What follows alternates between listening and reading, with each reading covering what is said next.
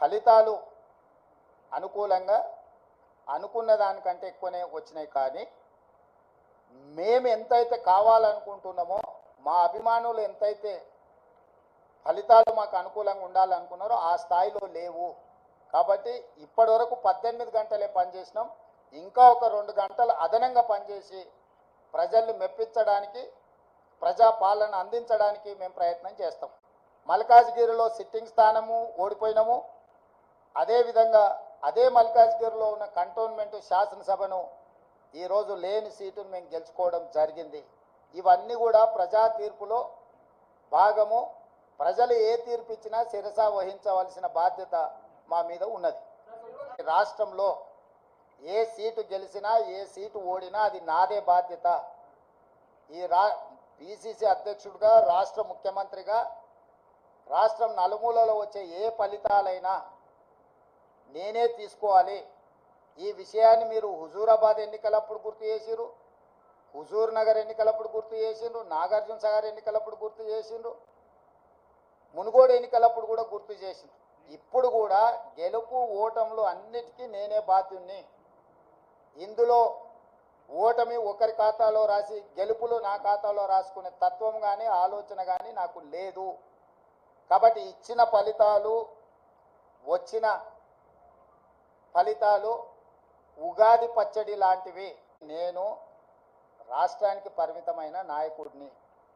నేను పిసిసి అధ్యక్షుడిని, నేను ముఖ్యమంత్రిని. ఎన్నికల అధ్యక్షుడిగా ఎన్నికలు ఇక్కడనే నిర్వహించిన, ముఖ్యమంత్రిగా నేను ఇక్కడనే ఉండి పరిపాలనను గాడిలో పెట్టే ప్రయత్నం చేసిన. వర్షానికి తడిచిపోయిన ఒడ్లు కొనుగోలు కావచ్చు, లేకపోతే మొలకెత్తిన ఒడ్లను కొనుగోలు విషయంలో కావచ్చు, విత్తనాల విషయంలో కావచ్చు, విద్యుత్ విషయంలో కావచ్చు, అకాల వర్షాలను ఎదుర్కోవడం విషయంలో కావచ్చు, రైతు రుణమాఫీకి సంబంధించిన అంశాలను సమీక్షించడంలో కావచ్చు, రాష్ట్ర ప్రజల యొక్క సమస్యలు పరిష్కరించడమే నా మొదటి ప్రాధాన్యత. నా బాధ్యత రాష్ట్రానికి పరిమితం. రాష్ట్రంలో ఉండే సమస్యలు పరిష్కరించడం, రాష్ట్రంలో ఒక మంచి పరిపాలన అందించడమే నా బాధ్యత అనుకొని ఇక్కడికే పరిమితమైన. మా గ్రామంలో మొత్తం ఆ పార్లమెంట్లో ఉన్న దాంట్లో ఒక బూత్లో హైయెస్ట్ మెజార్టీ మా సొంత గ్రామంలో వచ్చింది. మల్లురవి గారు ఎంత ఎంత మెజారిటీ మా గ్రామంలో 1100 ఓట్లు వచ్చినాయంట. సో నేనేమంటున్నానంటే నా గ్రామము నా ఊరు కాదు, కరెక్ట్. అందుకే సిట్టింగ్ ఎంపీ సీటున డిపాజిట్ కోల్పోయి టీఆర్ఎస్ ఓట్లు బదిలీ చేసింది. నేను చెప్పింది కుట్ర అదే. ఆ కుట్ర ఆ రోజు చెప్పినప్పుడు మీరు రేవంత్ రెడ్డి ఏదో బాధపడుతున్నాడు, రేవంత్ రెడ్డి ఏదో ముందే ఓటమిని అంగీకరించి మాట్లాడుతున్నాడని మీరే విశ్లేషణలు చెప్పారు లైవ్లలో.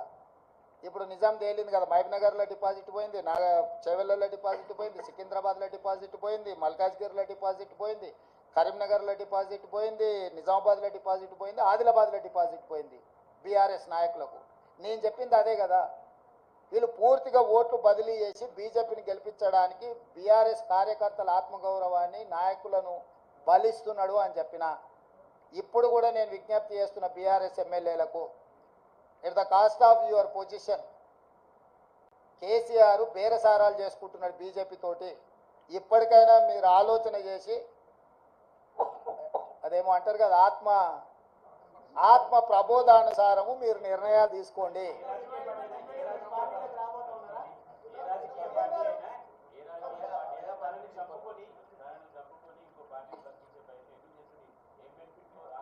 ఇక అది కేసీఆర్ చెప్పాలి, నువ్వు అడగాలి.